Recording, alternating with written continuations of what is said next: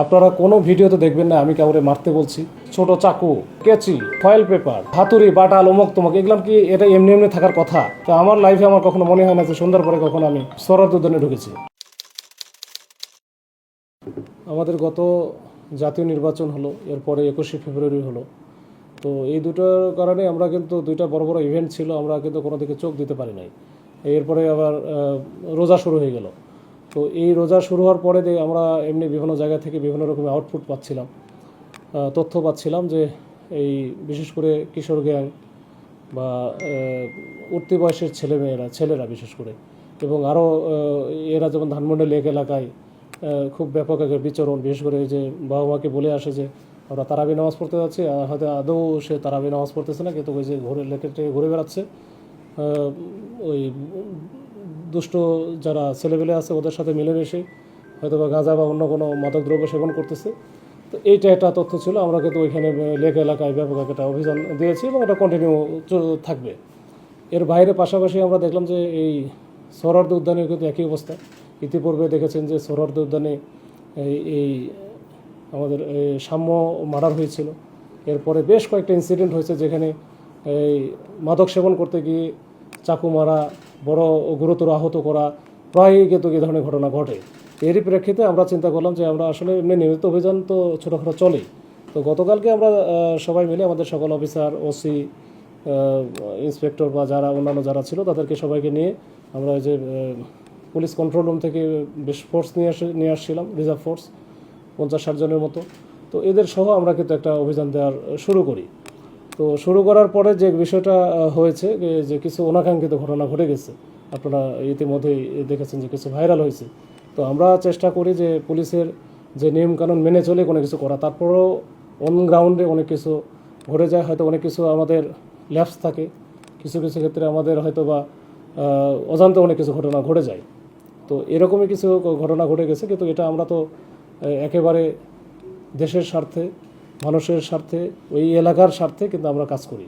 Police সবসময় তাই করে এবং আমরা সবসময় তাই করি, এবং আমরা চাই যে একটা সুন্দর মাদকমুক্ত এই সোহরাওয়ার্দী উদ্যান যেন মাদকমুক্ত থাকে, এবং সেই সাথে এখানে যেন কোনো মানুষজন নির্ভয়ে চলাফেরা করে। কিন্তু দেখবেন যে এই যে রাত 9টা-10টার দিকে ওইখানে কিন্তু এখন এই যে রোজা রমজানের দিন মানুষ তারাবি নামাজ পড়তেছে, ওইখানে কিন্তু ভালো লোকজন কিন্তু যাওয়ার কথা না, মানে গেটও বন্ধ থাকে। এর মধ্যে দেখবেন যে প্রচুর লোকজন, সবাই কিন্তু মোটামুটি ওই যে চিপাই চাপাই, তারপরে বিভিন্ন রকমের ওই জঙ্গলে টঙ্গলে বসে দেদারসে গাঁজা সেবন থেকে শুরু করে ওই যে ইয়াবা সেবন এরকম করতেছে।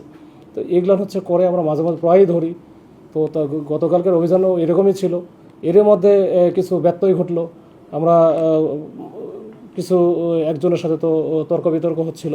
তো তর্ক বিতর্ক পর্যায়ে থাকলে ভালো হতো, কিন্তু শেষটা যেটা হয়েছে আমাদের কিছু সদস্যের একটু বাড়াবাড়ির কারণে এটা অপ্রীতিকর ঘটনা ঘটে।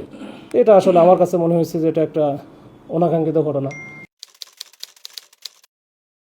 তো ওটাই বলছি যে আরেকটা সাংবাদিকদের সাথে একজন সাংবাদিক ওইরকম ওই যে একটা 4-5 জন আমাদের 4-5 জন বা 7-8 জন ছিল যারা একটু সাইডে চলে গেছিলো।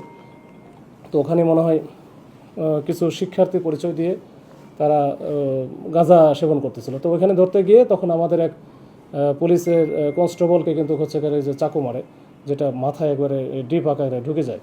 তো অল্পের জন্য চোখটা রক্ষা পায়। তো এইটা ঘটার পরে ওইখানে আশেপাশে যারা অন্যান্য পুলিশ সদস্য ছিল তারা খুব বিক্ষিপ্ত হয়ে যায় এবং কোনো কথাই শোনে না। তখন কিন্তু গেলোপাথারি মারামারি করছে, কয়েকটা মারছে।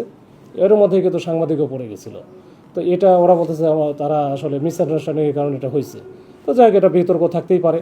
তো এই বিষয়গুলো নিয়ে আমরা একটু ফেড আপ যে আসলে আমরা ভালো উদ্দেশ্যে গেলাম, কিন্তু সেটা একটু খারাপ হয়ে গেল কিছু ব্যত্যয় ঘটার কারণে। তো এই ক্ষেত্রে যারা বাড়াবাড়ি করেছে, অতি উৎসাহী যারা ছিল পুলিশ সদস্য, তাদের ব্যাপারেও আমাদের কিছু অ্যাকশন অলরেডি আমরা নিয়েছি। 4 জনকে আইডেন্টিফাই করে তাদেরকে ক্লোজ করা হয়েছে। তাদের বিভাগীয় স্বাস্থ্যমূলক ব্যবস্থা নেওয়ার জন্য আমরা কিন্তু এটা শুরু হয়ে গেছে। এটা স্যার, আমাদের কমিশনার স্যার সহ সবাই জানে এবং স্যারেরা এটা করছে। আর অন্যান্য যে ব্যবস্থা আছে, যে এই যে যারা ভিতরে ছিল তারা হয়তো বলতেছে যে আমরা হাঁটতেছিলাম, এই হাঁটার কোনো সুযোগ নাই। এখানে তো সবাই কোনো না কোনো কাজে আছে, মানে খাওয়ার কাজে আছে এটা। তো এই বিষয়গুলো যদি কেউ হয়তো বা তার নিজস্ব যে বা তার যে পক্ষে ছাপায় হয়তো গাবে, এটা স্বাভাবিক। কিন্তু 9টা-10টার দিকে ভিতরে যে সোহরাওয়ার্দী উদ্যানের ভিতরে, যেখানে একটু অন্ধকারও আছে, আলোও খুব কম, জঙ্গল আছে, এর মধ্যে বসে আছে। তো এর মধ্যে বসে থেকে মানুষ ওই সময় তো কোনো ভালো মানুষ থাকার কথা না, আমি যতটুকু আমার জ্ঞানে যতটুকু মনে হয়। তো যাই হোক, তো এই বিষয়গুলো ঘটছে। একটা হচ্ছে কিছু অপ্রীতিকর বা অনাকাঙ্ক্ষিত ঘটনা ঘটছে, সেই প্রেক্ষিতে আমাদের ব্যবস্থা হয়েছে, ব্যবস্থা নিয়েছি। আর এই মাদকের বিরুদ্ধে অভিযান আমাদের অব্যাহত আছে এবং চলবে। এটা আমরা যে যে এলাকায় আছি এখন, আমি যে জুডিডিকশনে আছি রমনা এলাকা, এই রমনা এলাকায় কোনো কিছু হলে তো এটা আমি বা আমার কোনো অধীনস্থ কোনো কর্মকর্তা, এডিসি, এসি, ওসি তারাই করে। ওসিটা তো তার নিজেদের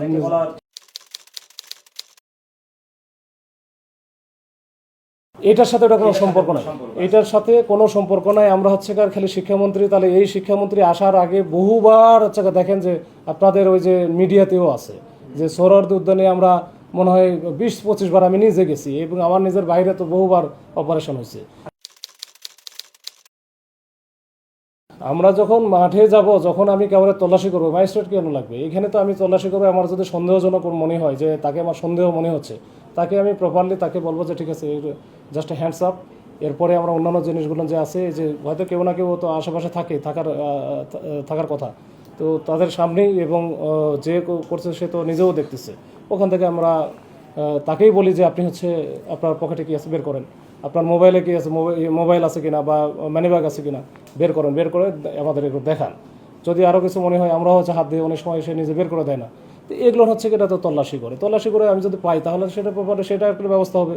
যদি কোনো কিছু না পাই, অবৈধ কোনো কিছু না পাই, অবৈধ পাইলে বৈধ কোনো কিছু পাইলে তো সমস্যা নেই, কিন্তু অবৈধ যদি কোনো কিছু পাই সেক্ষেত্রে তো আমরা অন্যভাবে আমরা প্রসিকিউট করি, যেটা আমরা থানায় নিয়ে যাই, ওখান থেকে আমরা মামলা। তল্লাশির সময় তো আমাদের সিআরপিসি আছে, পিআরবি আছে। তল্লাশির সময় আমরা যেভাবে তল্লাশি করি, তো আর হাউস তল্লাশি করতেছে না, এটা আমরা অন গ্রাউন্ডে একটা মানে হুট করে একটা যে আমরা কেবল কারো কাছে অবৈধ কোনো জিনিসপত্র আছে কিনা, সেটা মাদক হইতে পারে, অবৈধ অস্ত্র হইতে পারে, ছোটোখাটো অস্ত্র হইতে পারে। তো এই অস্ত্রগুলো এটা আমি তো আপনার কাছ থেকে তল্লাশি করতেই পারি, সার্চ করতেই পারি। তো এটা তো পুলিশের এই ক্ষমতা তো একেবারে ইনহেরেন্ট পাওয়ার, এটা হচ্ছে সিআরপিসিতে দেওয়া আছে, আমার পিআরবিতে দেওয়া আছে। তো এটা যদি আপনি বলেন যে হ্যাঁ আমার কিসের তল্লাশি করতে পারবেন না, তাহলে তো এটা তো পুলিশের কাছে। আমি এটা হয় কখনো সারা বিশ্বের কোনো দুনিয়াতে কোনো পুলিশকে আপনি বলতে পারবেন যে আমার তল্লাশি করতে পারবেন না? তাও ওই জায়গায় আমি তো রাস্তায় দাঁড়ায় বলতেছি না, আমি তো যেখানে সেখানে বলতেছি না, এখানেই বলতেছি না যে আপনারা তল্লাশি করলাম। আমি তো কোনো একটা স্পটে গেছি, তো যেখানে সাধারণত এই ধরনের ঘটনা ঘটে, তো ওইখানে গিয়ে যদি আপনি বলেন যে আমরা তল্লাশি করতে পারবেন, এটা কোন আইনে আছে?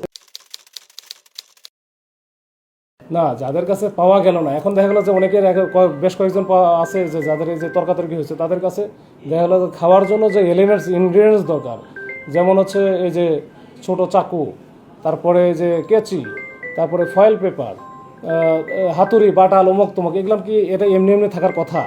এটা এমনি এমনি থাকার কথা না, আমি জানি না এটা। আর ওইটা যদি আমরা ডোপ টেস্ট করতাম বা কোনো একটা ওই যে এই মাদক সেবনের জন্য যেটা, এটা হয়তো পেয়ে যেতাম, কিন্তু আমরা ওটা ওইদিকে যাই নাই। যখন শুনছি ঢাকা ইউনিভার্সিটির স্টুডেন্ট, আমরা কিন্তু আসলে খুব বেশি ইয়ার মধ্যে জানছি। ঠিক আছে, আমরা খালি এটা ইনশিওর করছি যে ভাই রাত্রে এই যে রোজা রমজানের দিন নামাজ কালাম পড়ো, না হলে তারাবির নামাজের সময় মানুষের ডিস্টার্ব করার দরকার নাই। যদি না মনে হয় নামাজ না পড়লে কিন্তু অন্যদিকে যাবে। এইখানে অন্ধকার, বিভিন্ন লোকজনের আনাগোনা থাকে, এইখানে কেন? তোমরা যা পড়াশোনা করো, এলাকায় থাকো। ওই যে ঢাকা ইউনিভার্সিটির ভিতরে অনেক জায়গা আছে, খুব সুন্দর সুন্দর জায়গা আছে, মল চত্বর আছে, ওই হাকিম চত্বর আছে, বা অন্যান্য অনেক ভিসি চত্বর আছে, অনেক জায়গা আছে। আমরা তো পড়াশোনা করে আসছি। তো আমার লাইফে আমার কখনো মনে হয় না যে সন্ধ্যার পরে কখনো আমি এই সোহরাওয়ার্দী উদ্যানে ঢুকেছি। বেয়াদবির বিষয় না, আসলে এক একজন এক এক রকমভাবে রিয়্যাক্ট করে। আর যারা মাদক খায় তারা একটু অন্যভাবে রিয়্যাক্ট করে, এটা আমরা বুঝি। তো তারপরে এটা আমরা এই পরবর্তীতে যখন আমরা যাব তখন এই বিষয়গুলো আমার মাথায় থাকবে। আমরা তো আস্তে আস্তে শিখি, তো শিক্ষা নিতে নিতে একটা পর্যায়ে গিয়ে আমরা হচ্ছে হয়তো বা একটা পর্যায়ে আমাদের যদি কোনো ব্যত্যয় থাকে, কোনো জায়গায় ত্রুটি বিচ্ছুতি থাকে, সেটাও সামনে আমরা হচ্ছে ঠিক করে নিব। কারোর সাথে কথা বলার ধরনের ক্ষেত্রে হয়তো বা মনে হতে পারে যে সে বেয়াদবি করছে, আমার হয়তো উল্টা দিকে আমরা রাগ করছি, তো আমরা এখন থেকে রাগ করবো না, মানে এই বিষয়টা এরকম আর কি। না, দ্বিমত পোষণ না, যে আমি যেটা করতে চাই, যে আমি যদি তাকে সার্চ করতে চাই, সে যদি আমাকে সার্চ করতে না দেয়, তাহলে তো এটা বাধা না, তাহলে তো অবশ্যই তাকে আমি নিব। আচ্ছা, এই বিক্রেতাদের আচ্ছা এটা গিয়ে একটু ওই যে আমাদের এই যে তালিকাটা, যে আমরা গত 2 মাসে কি করছি, তো আমি যতটুকু জানি যে গত 2 মাসের মধ্যে আমরা এই শুধুমাত্র সোহরাওয়ার্দী উদ্যান থেকে মনে হয় 100-র মতো যারা মাদক ব্যবসার সাথে জড়িত, এই যে বিশেষ করে মহিলারা, এদেরকে কিন্তু ধরে এবং এটা কিন্তু আমাদের জুডিশিয়াল ম্যাজিস্ট্রেট যে আছে মোবাইল কোর্ট করে, তাদের মাধ্যমে আমরা কিন্তু বিভিন্ন মেয়াদে সাজা দিচ্ছি। এটা তো 100-র উপরে হবে, কিন্তু এটা কেমনি যেন আমরা বুঝি না যে যতই আমরা দিচ্ছি নতুন নতুন আসতেই থাকে, মানে এটা বন্যার পানির মতো কোনো না কোনোভাবে চলে আসতেছে। তো এইটার আসলে কুল কিনারা আমরা পাচ্ছি না। এটা আরও ওয়াইড রেঞ্জে কাজ করতে হবে। এখানে কিন্তু শুধু আমরা কাজ করি না, এখানে ওই যে মাদকদ্রব্য কাজ করে, তো এখানে প্রক্টোরিয়াল টিম কাজ করে। তো সবাই মিলে আমরা চেষ্টা করলে হয়তো এটা হবে ইনশাল্লাহ। কালকে দেখেন, আমরা যখন দায়িত্বে থাকি অনেক কিছু, দায়িত্বে থাকলে এটা দায়িত্বের খাতিরে অনেক কিছু করতে হয়। আরেকটা জিনিস বলি, আপনারা কোনো ভিডিওতে দেখবেন না আমি কাউরে মারতে বলছি, নিজে মারছি বা নিজে পিটাইছি। বরঞ্চ আমি হচ্ছে কেন, যখন ওরা মারতেছিল আমি ঠেকাতে গিয়ে কিন্তু আমার কালকে মাথায় বাড়ি লাগছে। তো বিষয়গুলো এখন যদি আমাকে ইন্টেনশনালি টার্গেট করে যদি কোনো একটা পক্ষ কাজ করে, আমার তো মনে হয় যে টার্গেট করে, একেবারে টার্গেট করে, আমি কোনো রকম কোনো কিছু না, আমি তো তাহলে আমার দায়িত্ব পালন করবো না। আমি তো এখানে যদি না গিয়ে অপারেশন না করে আমি তো বাসায় গিয়ে শুয়ে থাকতে পারতাম। আমার কেউ কিছু বলতো তার মানে কি কেউ টার্গেট করছে আপনাকে? না, কোনো কোনো গোষ্ঠীর পক্ষ এরা তো অবশ্যই টার্গেট করে এগুলো করতেছে। এই যে ফেসবুকে তো এই একের পর এক এটা তো আমি বলি সাইবার বুলিং টাইপের। আমি কোনো কিছু করি নাই বা করতেওছি না, আমি যেটা আমার দায়িত্ব সেই দায়িত্বটা পালন করতেছি। তা আমার দায়িত্ব আমাকে পালন করতে দেবেন না। আমি হচ্ছে আপনি ওই সোহরাওয়ার্দী উদ্যানে এখনই কোনো ঘটনা ঘটুক, যে কেউ একটা মার্ডার হোক বা কোনো একটা বড় ধরনের ইনসিডেন্ট হোক, তখন তো আমারই ধরবেন যে আপনারা কী করছেন। এর আগে যখন সাম্য মার্ডার হলো তখন তো আমাদের দিকে আঙুল তুলছে যে এখানে এই এত ঘটনা ঘটতেছে বা এখানে মাদকের আখড়া, আপনারা বসে আছেন, তখন আমাদের দিকে আঙুল তুলছে এবং বিশ্রী ভাষায় গালাগালি করছে। আমি জানি না, এটা তাদের বিষয়। এখন তো এটা তো তাদের মনেই আছে, এখন সরাবে না এখন কি